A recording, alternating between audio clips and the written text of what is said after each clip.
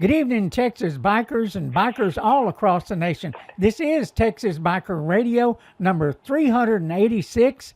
My name is Mel Popeye Moss. My co host is Mel O.G. Robbins. We are with Texas Biker Radio. We are your hosts here each and every week. And our motorcycle club, Sons of Liberty Riders MC, are defenders of the Constitution and those who've had their constitutional rights violated, say like in Milam County. Good evening, Mel. How are you doing? Doing good, staying dry. I don't know how the weather is down your way, but it's been raining pretty good up here in McKinney. Well, I don't know who in the hell it said it could get cold. But I know people up north are going to laugh, but I think it's supposed to get down to about 36 tonight. Hey, that's pretty chilly in Texas. Yeah. So, but it's going to warm up toward the weekend, and that's what we're looking forward to. Praise the Lord. Yeah. So that will enable us to get out and do some things, and we're going to talk about it here in a bit. Mel, it seems like down in Milam County, Judge Young has decided they're going to have a status hearing. Now, I don't know what that's all about, but, I don't think he's issued an order for an appeal or given the clerk a number for an appeal, written appeal to the correct me if I'm wrong here, but did not the state request to dismiss the charges? Now, I haven't heard that one. Oh, yeah. No, I haven't heard that one. Well, I mean, I thought the trial basically ended on the basis that the whole thing was screwed up and jumbled up to begin with, and that there was some kind of a request to stop the whole process because we had laws in conflict. Well, it sounds to me the judge temporarily stopped it. I thought a mistrial ended it right there, but evidently it doesn't. Not if they're going to appeal for a higher ruling from a higher court on conflicting laws. And so evidently he can start this back up like he's going to do with this status hearing anytime he wants to. So that means to me they've got Patrick in limbo. And go ahead. Well, it brings back memories of Waco. Oh, yeah. Some of those charges were dismissed, weren't dismissed without prejudice or with prejudice, which means, they could try and retry them anytime they want. So the whole thing's just kind of ridiculous. Yeah. And, Mel, let me take a minute for all our new subscribers, and bring them up to date on what we're talking about here. We have a 24-year Army combat veteran, highly decorated, 2 Bronze Stars, a Purple Heart, honorable discharge, and other meritorious awards. And he was stopped on the highway for 7 miles over, and because he's in a motorcycle club, he was the DPS officer Tice decided he should not be allowed to carry a weapon, and they filed charges of criminal carry against him, even though he's never been in trouble with the law, never been convicted of any crimes, and had a CHL. So this means he was riding legally. But yet, because he's in a gang database, and that's a whole nother story, because he was in a gang database, and you can be put into a gang database without even knowing you're in it. And especially if you think, if you haven't checked it and you think just because you've never been convicted of a crime that you wouldn't make it in that database. But here we are. Patrick decided he's going to stand up and, hey, I didn't do anything wrong. I was riding legally, other than maybe the 7 miles over, and who knows if that's the truth. But he's now fighting for his reputation and his constitutional rights. And in this court in Texas, in Milam County, they've done everything they can to suppress his ability to defend himself. Take away his First Amendment rights. Tell them about his service. Tell them about who he is. Tell them about what he represents. And tell them he's not a criminal. And you guys that have just joined us, this is what this is all about. Oh, but wait, it doesn't stop with Patrick. We've done surveys over the years to find out if there are any people in the gang database that don't belong there. And guess what? Yes, there is. We found out one of our own members are in the gang database. Never committed a crime, never been to court, has security clearances, has a CHL, but he's in the damn gang database. How and why? Who knows? Who knows? But wait, it doesn't stop there. We've got a guy from another state. His last name is Fisk, Willie Fisk. He ended up in the Texas gang database because he came to Texas to go to a funeral.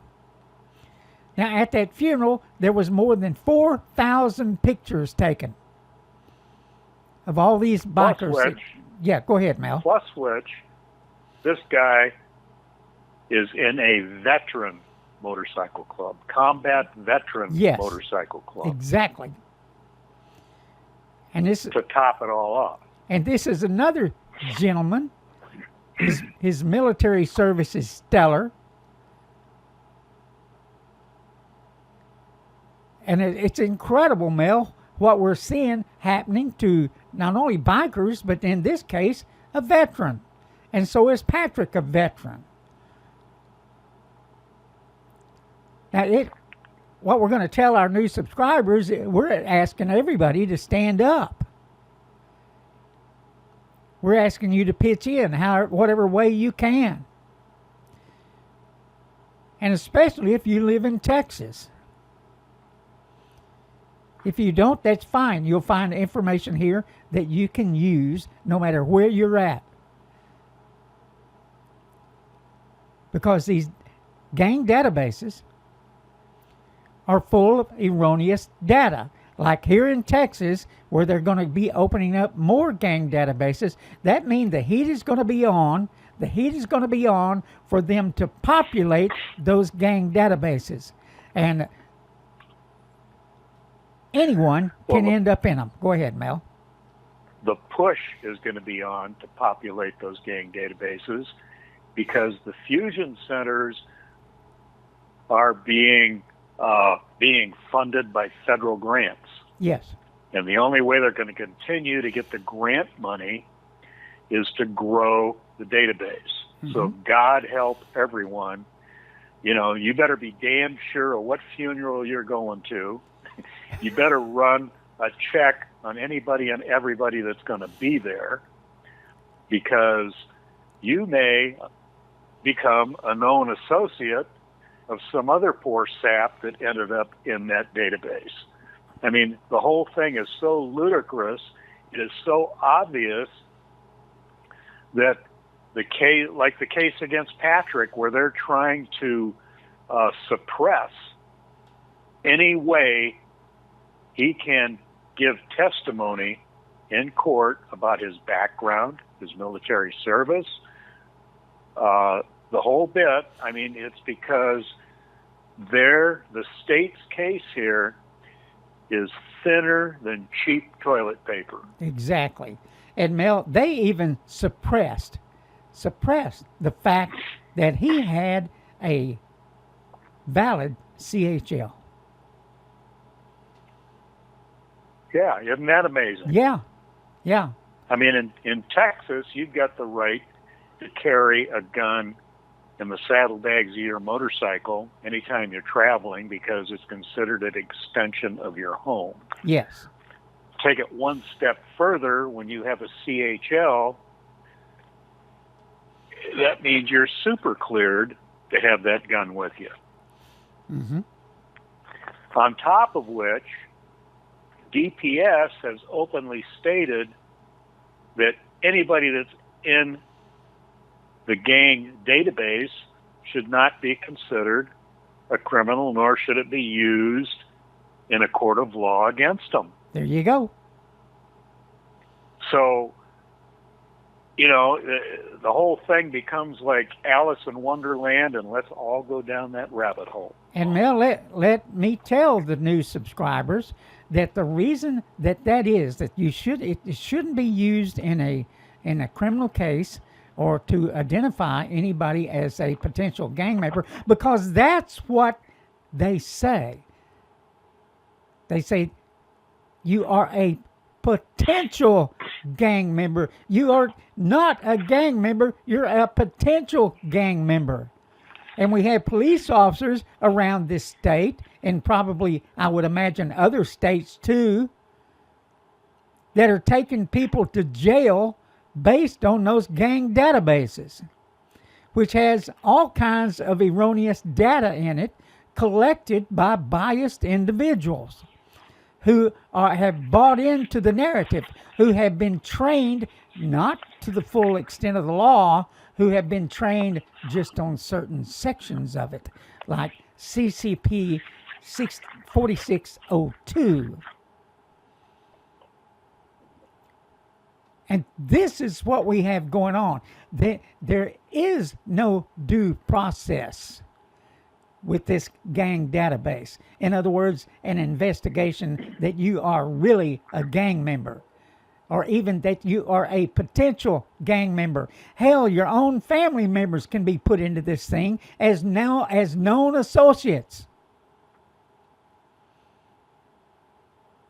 And we imagine that's how Willie Fisk got put into the Texas gang database. He happened to be at a funeral where there was some 1% Club members, and he is now a known associate. Or maybe they just put him in there as a gang member. What do you think, Mel? Well, a couple of interesting points here. One, Mr. Fisk, out of, I believe he's out of New Mexico, if I remember right. And for whatever reason, he was placed in that gang database. Now, he filed a civil, we'll call it a civil suit, but he didn't file for money. Right. He's not trying to recoup any money. But he filed this in a federal court. And the judge ruled in his favor on everything, but he's delayed ruling on the First Amendment portion, and that's the right to associate with individuals. And what I found interesting when we read those documents was the process that they're supposed to go through before anyone can be entered in the criminal database, the gang database. And it's supposed to be quite a process. Yeah. And you'd think, well, you know, if somebody's in that database, then they must have damn well gone through the process. Well, let's enter the current case in California where one police officer, I think, is either about to be or has already been fired. There's something like 20 some odd police officers that are currently under investigation in California for placing people in a gang database simply because they were pissed off at them and wanted to put them in there. So they filed phony and false field reports, Yeah. which got these people entered in. Now, there's a number of officers that have not yet been terminated. However, they have been, what's interesting is they've been stripped of all police power and have been charged to stay home. And there's another number of police officers that have been placed on desk duty. They're now flying a desk. Now, that begs the question, anywhere in the country, if they've just discovered this in California now, you know it's got to be going on in other areas. Yes. Where you get some of these guys out there that they get pissed off at you, and I'm going to take care of you, bud. I'm putting you in the gang database. So they file a phony field report. Now, I think, you know, if we're all smart, and if any of us get caught up in this in the future, we've got to do what Fisk has done, because Fisk did this on his own dime. He did it without, you know, without expecting any money in return. He did not file suit for damages, for monetary damages. He just filed suit to make this right. And this needs to happen in other federal jurisdictions. People need to start, you know, just grin and bear it, hire an attorney, and fight it in federal court, because we seem to be winning in federal court. Now, until this thing is ever appealed and goes to a higher court, which we haven't found a prosecutor stupid enough to do that yet. Yeah. But if they would, and it went to a higher court, then it would become case law. It is not case law yet. It's only kind of referenced to now during trials that these rulings have come through in federal court. So it needs to happen in more federal courts. Yes. The root of this whole thing with Patrick and everyone else keeps centering back on these databases. Yes. And the problem here is these databases are receiving federal funds. Right. So your law enforcement agencies in different states want a piece of the action, and the only way they're going to get a piece of the action is they got to start jumping up and down and screaming that they've got lots of gangs running rampant in their state.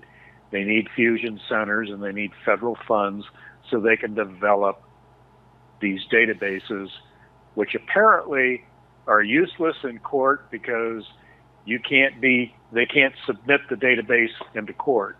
And they seem to be pretty damned reluctant to talk about or to bring forth individuals that are entering people into the database off of field reports or whatever to demonstrate exactly what steps they're going through before a name ends up in that database. Yeah. Yeah, they don't want to bring them forward. So it's pretty damned obvious that there's a lot of weak links in that chain, and yes. I think we need to explore it and capitalize on it and keep pushing it. We started in 2019 by saying push back, and we mean it more than ever in 2020. Pushing back seems to be working. Exactly. It seems to be helping with profiling in some areas. It seems to be helping with a lot of other issues in some areas by just pushing back and exercising our First Amendment rights to seek redress and to gain public information on records. That's right. That's right, Mel. Last year it was pushed back. This year, it's Loud Bikers Saves Rights. In fact, I think someone asked, well, you kept, your motto in 2019 was pushed back. What's your motto going to be in 2020? I think we say, keep pushing back. Yeah. We've learned push back more. We've learned so much in the last year since the day the governor told the DPS and in turn told all law enforcement across Texas, get them into my database, even if they just look like a gang member. And they went wild after that. We had bikers that were stopped, harassed, jailed, you name it. And not only jailed, but having to face a judge either in traffic court or criminal court. It's like Legendary brought up. You can beat it back, but you're going to get the ride they're going to give you. In other words, you're going to have to defend yourself, hire you a lawyer maybe, pay fines, or over the most nefarious of reasons, stopping over the white line, speeding when you may not be speeding, failure to give a turn signal, and the list runs on and on of things that we've seen bikers stopped for, jailed for, fined for, again and again and again. Now, it's let up this winter, but we suspect that when we're all, of course, here in Texas, we ride all year long, but it ramps up during the summer months as in the spring months. We suspect that those law officers that don't understand the truth about gang databases are going to continue to push the envelope, because with the CCP 4602 and not paying any attention to the rest of the criminal code, or the fact is that the DPS says not to use this in a court of law. And they shouldn't use it on the side of the road because it does not identify you as a gang member. And he shouldn't put you into a gang database without due process.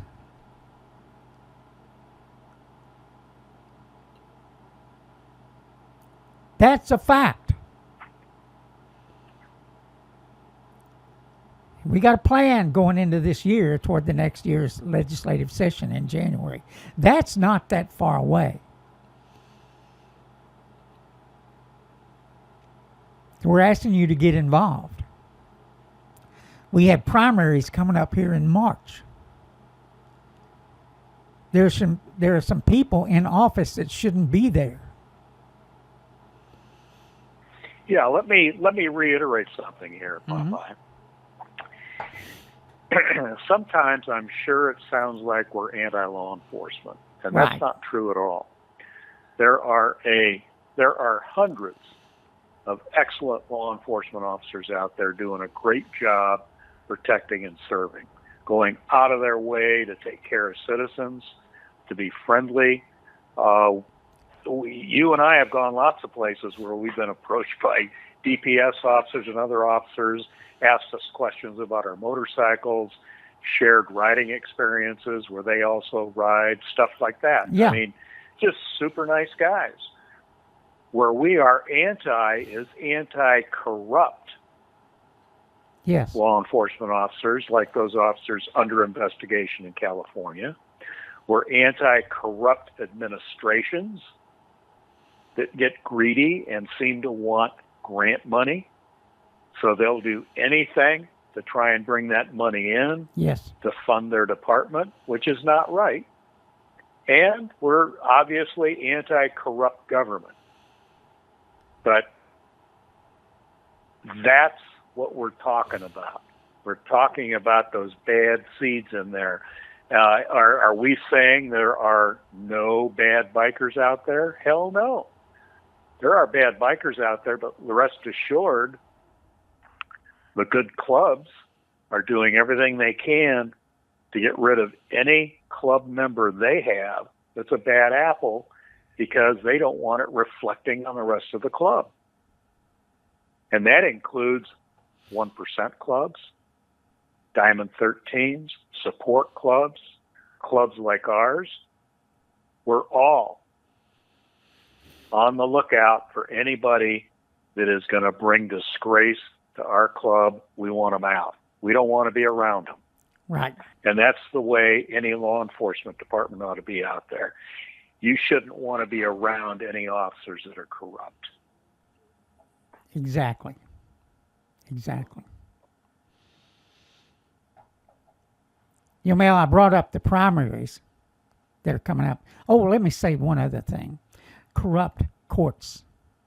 Courts that collude with the DA, with the law enforcement officers themselves. Like we see going on in Milam County, like we've seen happen in Waco, like we've seen happen in other areas in this state. The collusion between these entities is incredible, and it shouldn't happen. It shouldn't happen. I don't give a damn if they're college buddies. I don't give a damn if they see each other every day. They shouldn't be colluding to deny you due process, to deny you a fair trial. This is what we see going on, and it happens every day in every court across Texas. They are going to convict you, try and convict you from the day you walk in. They don't consider you are innocent until proven guilty. They consider you guilty until you can prove yourself innocent. That's what we have going on. And I'm going to play a clip before we get off of here, or maybe we'll just do it right now, of what Ken Starr says about the courts across the nation. It's incredible.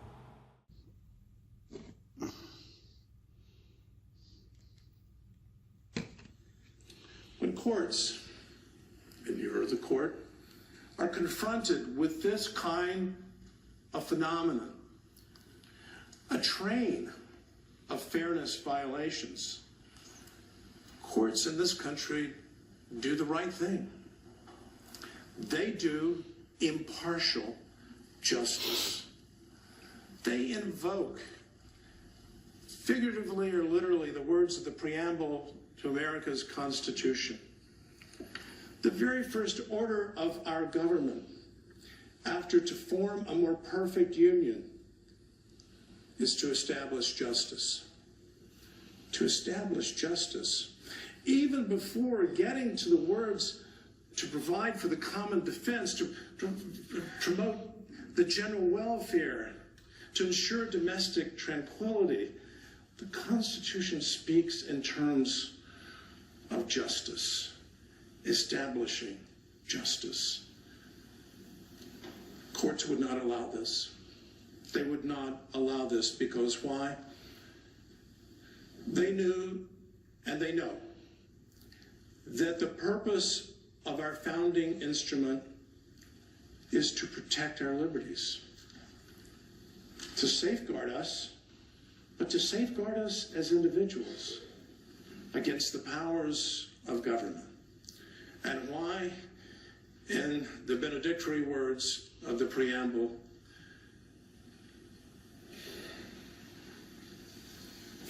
to secure the blessings of liberty to ourselves and our posterity.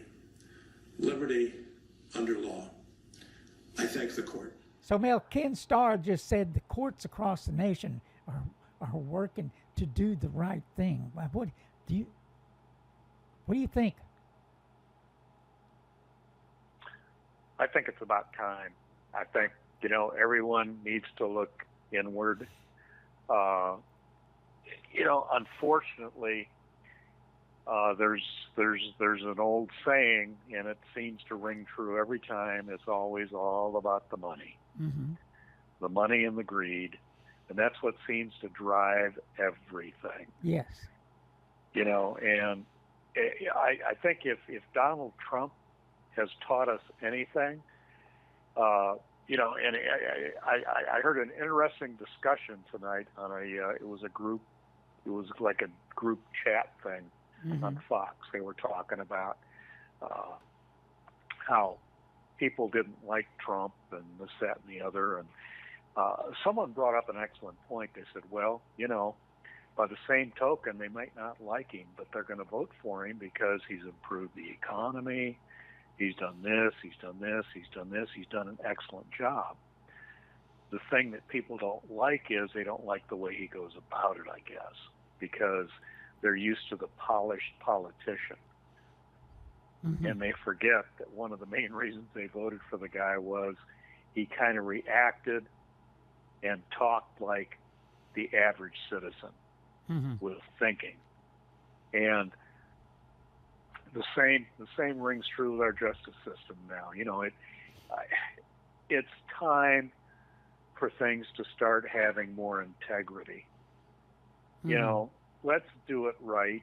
And if it hurts because you did it right, let it hurt. Yeah. But let it be right. There are too damn many innocent people going down because of some dumb crap that's going on. Yes. Or, they're trying to get more money to fill up these databases. It's just like, our governor said before the beginning of the year. He charged DPS with doing everything they could to get people in those databases. Well, it's pretty obvious why now, because here comes the federal grant money for the fusion centers. So once again, it's all about the damn money, and it's about time. It ought to be more about integrity. Yeah. Yep. Mel, because I mentioned the upcoming primaries, and this is when you should primary a bad apple out. And the other day I found out that Sheriff Fowler of Parker County, the one who's got his the building named after him, and he's not passed yet. It's kind of weird, but anyway, I heard him described as a vegetable sheriff. So he's going to have a challenger this time around. And Mel, I've contacted the challenger, and he's agreed to come speak to us. Now we've had sheriffs. Oh, cool. We've had sheriffs come speak to us before, and we'll show respect, and we will also attempt to educate. Now, all the bikers in Parker County need to pay attention. Yes. Because we have living proof that mobilizing the biking community can get things done, like it can get a sitting incumbent prosecutor tossed out of office and a new one brought in, just like it did in Waco. Uh-huh. Yeah. And that's what we need to have happen in Parker County. You need to get somebody in there that'll do the right thing. Do the right thing. Let's make that maybe a I mean, a it's just campaign like your thing. the sheriff of Tarrant County that we know. Mhm. When he came and talked, he talked about, you know, what was right and what was wrong. And he told us, he said, you know, he said, I wouldn't be doing anybody any favors. He said, what I can guarantee you is I will treat everyone right by the Constitution. There you go. And that's all you can ask for. Yeah. You can't ask for any more than that. You ask for to be treated fairly. And that's the same thing the new DA in Waco And County said. just to let you know, Mel, since the weather is improving this weekend, we're going to ride out to Parker County, and we're going to find a place where we can hold this meeting, and preferably in one of the veteran places like the VFW or the American Legion. Generally, they have a meeting room, and that would be perfect for bringing in someone to speak to us. And so we'll be working that this weekend. Everybody listen up out there in Parker County. We're working this right now. And so, like I said, it's important that we talk and we listen, and in turn, we educate. That's what this is all about. Educating everybody. Everybody. Including potential candidates. And I can tell you, as someone who has participated in primarying people out successfully, it can be done. It can be done. And if you're willing to help out, we can make a difference. We can, because that's the key word. We. Not me. We. So everybody, the primaries are going to be here soon. Soon. Don't wait till the November election. We've got work to do now. Now. And, wow, Mel. I can't wait. And I'll be working on that, and we're gonna I think run things with are going it. to get real interesting after this impeachment crap is over. Oh man, look! Hey, look! It's there for the whole nation to see how crooked things can be, and the lack of due process, not only in Washington, D.C., but across this nation. And what's really insulting is it's like in your face. Yes. Just blatant. Yeah. Not even attempting to snake oil it. That's right. That's right. You guys, our new subscribers, our 5,000 other subscribers, we thank you. And hang on, everybody. This is going to get interesting when we're out there and we go these places. We're going to go to some of these gang database places and it's going to be a wild show year. you what it's all about. And Mel, let me say one thing right now. Did you hear that? You know what that was? What? That's our new challenge coin. Ah. What do we got, Mel? About 7 left? Well, aside from the 10 that I saw, you have, I guess you make 11. Yeah. Geezer have one. Yeah. That's 12. And so does Rod Dog. And what? Rod Dog. He has one. We told everybody there was a limited supply of these. I only had 20. And there was a short run with them. Yeah. So there's 7 left. Yeah. Go to the front page at texasbikerradio.org. You can see that challenge coin. It's the coolest one I've ever seen. And it will not break if you put it in your billfold. It will not break if you put it in your pocket. It will not break if you step on it, stomp on it, whatever else. Ride over it. It's not going to break. Coolest damn thing I've ever seen. And even OG, when I broke it out and showed it to him for the first time, said, "Man, that's a cool coin." Yes, I did.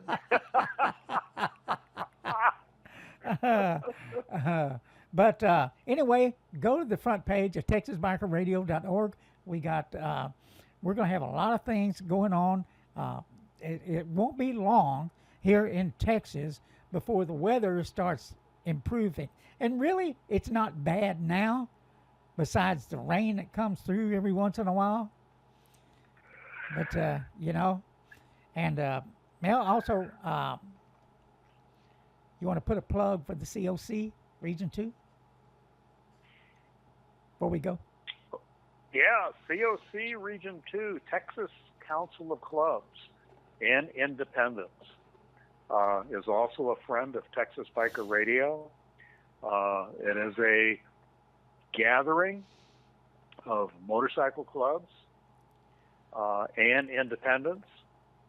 Everyone is welcome.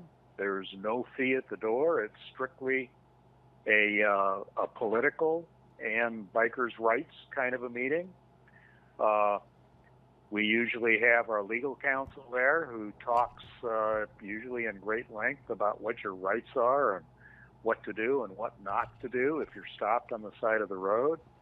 We talk about legislation that's going on, bills that we're trying to promote, and other issues in the community.